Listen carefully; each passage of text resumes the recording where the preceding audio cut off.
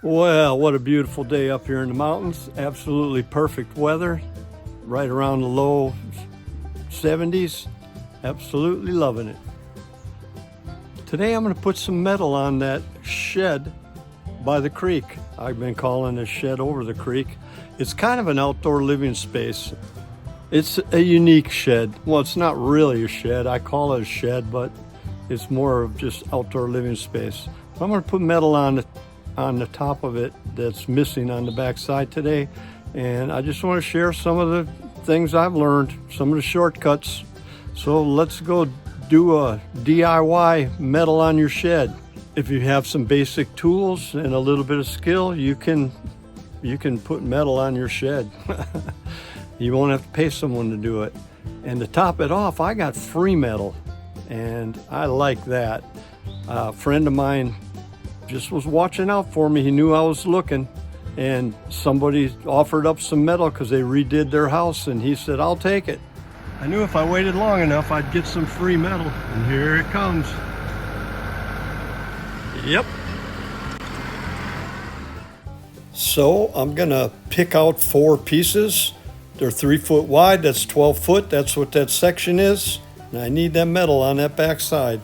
I was sure if I waited long enough, I would come up with some free metal, and I did. Cheers to the free metal. Here's some that need a little trimming, had some weird cuts on them. That's a pretty nice stack of 7 and 8 footers. And here's the stuff I'll be using. I only need 12 foot 2 inches. I cut me one already, and I'll cut the rest out of these, and up they go.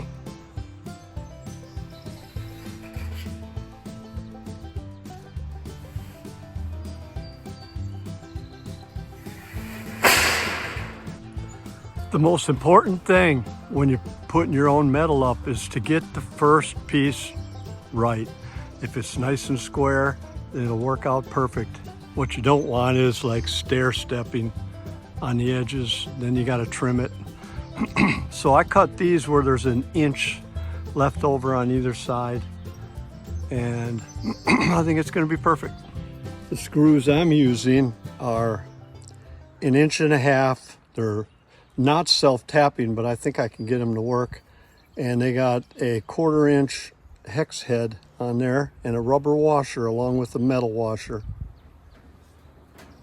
You want to make sure you get your screw going in straight, and you don't want to over tighten it. You want to tighten it up. There's a rubber washer, but if you over tighten it, it's just gonna wear that washer out too quick. Because I don't have good access to this back side, I'll reach over off of this nice level surface and get as far as I can to get those screws in.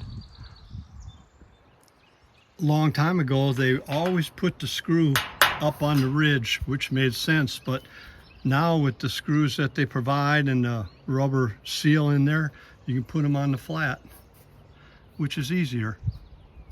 Another thing I want to point out is metal usually runs this way, but I'm running it crossways. And the reason I'm running it crossways is 1, I like the look, and 2, it saves on material. I don't have to put straps across there, which would be doubling it up. This will work out perfect. So you take your tape measure.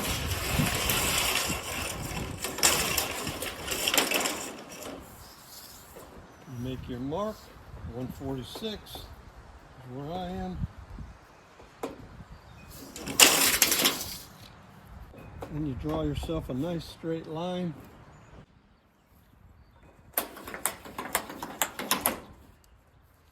And then you can start to cut. Okay, so this red handled snips is for left curves. And this green is for right. And this yellow is for center. I like my Milwaukee. It has yellow and a red, depending on which way you hold it. But I generally cut with a yellow, but this one's cool too. Another way, if you don't like cutting with a snips, is you can buy this blade right here. It's just for cutting steel, and it goes right on your skill saw. But it's really loud, and if I had to cut all day, I guess I would use it. But just cutting 4 or 5 pieces, I don't mind just doing it with snips.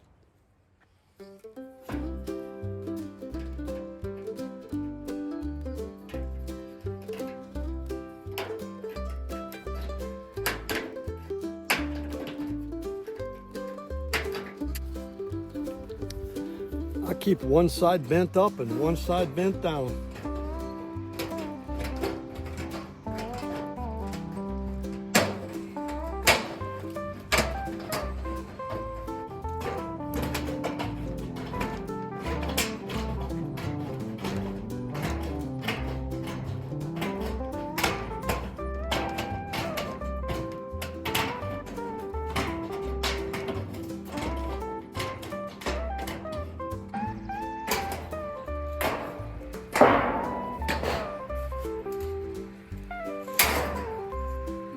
One end has this long lip, and the other side of the metal has a short lip. You want the short lip on top and the long lip underneath. That way it won't leak.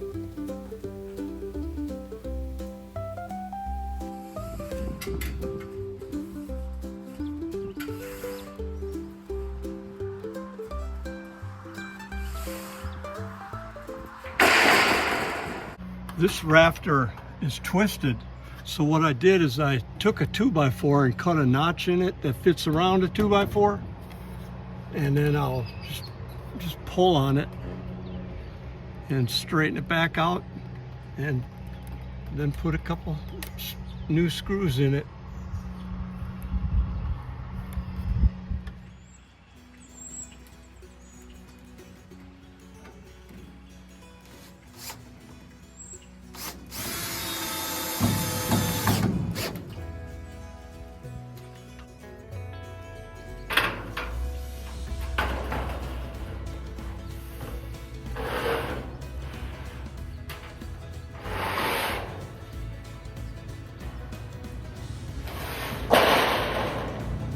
All right, I got my tin on my roof, looking good. What I'll do now is I'll get my caulk gun out and I'll fill these holes with little caulk. It'll last for years.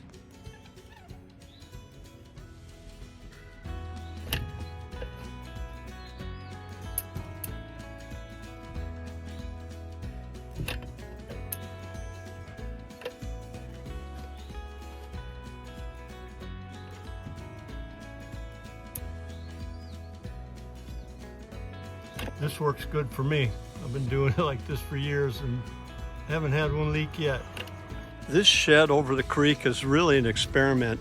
I built it low and I built it totally in the floodplain, and I just want to see what happens. I think because it has no sides on it that the water will just go right over it and through it and around it, and I don't think it'll knock it down, but we'll find out.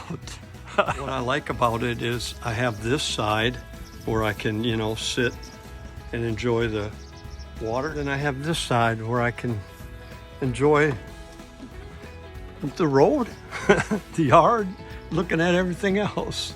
Boy, I got a lot of metal to pick up. What a beautiful day. Look at the sky, man, it's awesome. Reusing and repurposing material is really a good thing. Don't be afraid to try it. Enjoy your build. See you next time.